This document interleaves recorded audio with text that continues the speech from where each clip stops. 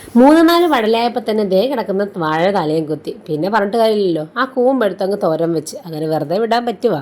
തോരൻ അങ്ങനെ റെഡിയായിക്കൊണ്ടിരുന്നപ്പോൾ കേട്ടോ ഒരാൾ ദേ മിഠായിക്ക് വന്നത്. ചോക്ലേറ്റ് എന്ന് പറഞ്ഞാൽ ജീവനായ ഹരിക്കുട്ടനെ ഞാൻ നട്ട്സ് കൊടുത്ത് പറ്റിച്ച്. നട്ട്സെങ്കിൽ നട്ട്സ്, ആ പുല്ല് പോയി തിന്നാന്നും പറഞ്ഞിട്ട് ഹരിക്കുട്ടൻ പോയിരുന്നു കഴിക്കുന്നുണ്ട് കേട്ടോ.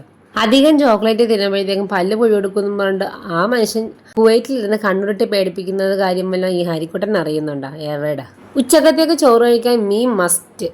ഇന്നതാ മേക്കുറിച്ചിയാണ് കേട്ടോ വാങ്ങിയിരിക്കുന്നത്. ക്ലീൻ ചെയ്താണ് വാങ്ങിയെങ്കിലും എൻ്റെ അലങ്കോലപ്പണികൾക്ക് ശേഷം മാത്രമേ ഞാൻ ഈ മീൻ കറി വെക്കുകയുള്ളൂ. അതെൻ്റെ അജണ്ടയാണ്.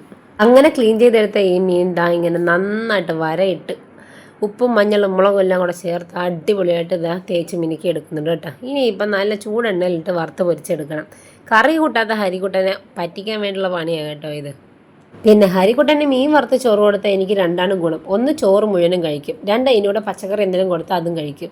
ഇനി പച്ചക്കറി മാത്രമായിട്ടാണ് ചോറ് കൊടുക്കുന്നതെങ്കിൽ ആ കുഞ്ഞ് വാ തുറക്കണമെങ്കിൽ കുറച്ച് ബുദ്ധിമുട്ടും.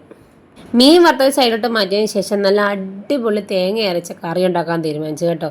ചാറ് വേണമല്ലോ ചോറ് കഴിക്കാൻ. പഴയ മിക്സി ഔട്ട് കംപ്ലീറ്റ്ലി എന്ന് പറയാൻ പറ്റത്തില്ല. ഇടയ്ക്കിടയ്ക്ക് നിന്ന് പോകുന്നത് കൊണ്ട് തന്നെ ഞാൻ തേങ്ങ അരച്ച കറികളൊന്നും ഇവിടെ വെക്കാറില്ലായിരുന്നു ഗൈസ്. അപ്പോഴത്തേക്കും എൻജിൻ ഔട്ടായതിനെ തട്ടി നല്ല കണ്ടീഷനിൽ ഒരെണ്ണം വാങ്ങി കേട്ടോ. അപ്പം ഇത് ഉദ്ഘാടനക്കറിയാണ് കേട്ടോ.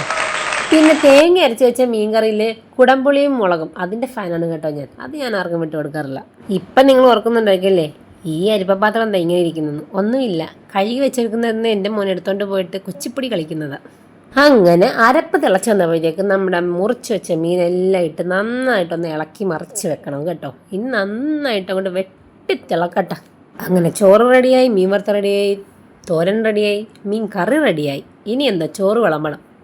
പിന്നെ ദേ ഈ കൂജ, ഓ പറയാതിരിക്കാൻ വയ്യ. മുറ്റത്തുനിന്ന് നല്ല പൊട്ട വെയിലിൽ അകത്തോട്ട് കയറി വന്നിട്ട് ഇതിൽ നിന്ന് ഒരു ഗ്ലാസ് വെള്ളം എടുത്ത് കുടിച്ചാൽ ആ ഫ്രിഡ്ജ് എടുത്ത് നമുക്ക് കിണറ്റിലിടാൻ തോന്നും. അതാ കേട്ടോ സംഭവം. ഞാൻ ഈ കൂജയും ഗ്ലാസ്സൊക്കെ അടുക്കി പെറുക്കി വെച്ചിട്ട് ഈ ചോറ് വിളമ്പുന്നത് എന്താ അറിയാവാ, യൂട്യൂബിൽ ഷോർട്സ് ഇടാനാ കേട്ടോ.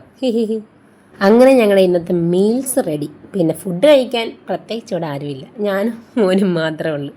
നാത്തും വന്ന് അച്ഛന് വരാൻ പറ്റത്തില്ല. അങ്ങനെ ഞാനും എൻ്റെ കുഞ്ഞാവും കൂടെ എന്താ ഫുഡ് കഴിക്കാൻ പോകുവാണേ. ഫസ്റ്റ് ഉരുള അത് ഹരിക്കുട്ടൻ്റെ സ്വന്തം.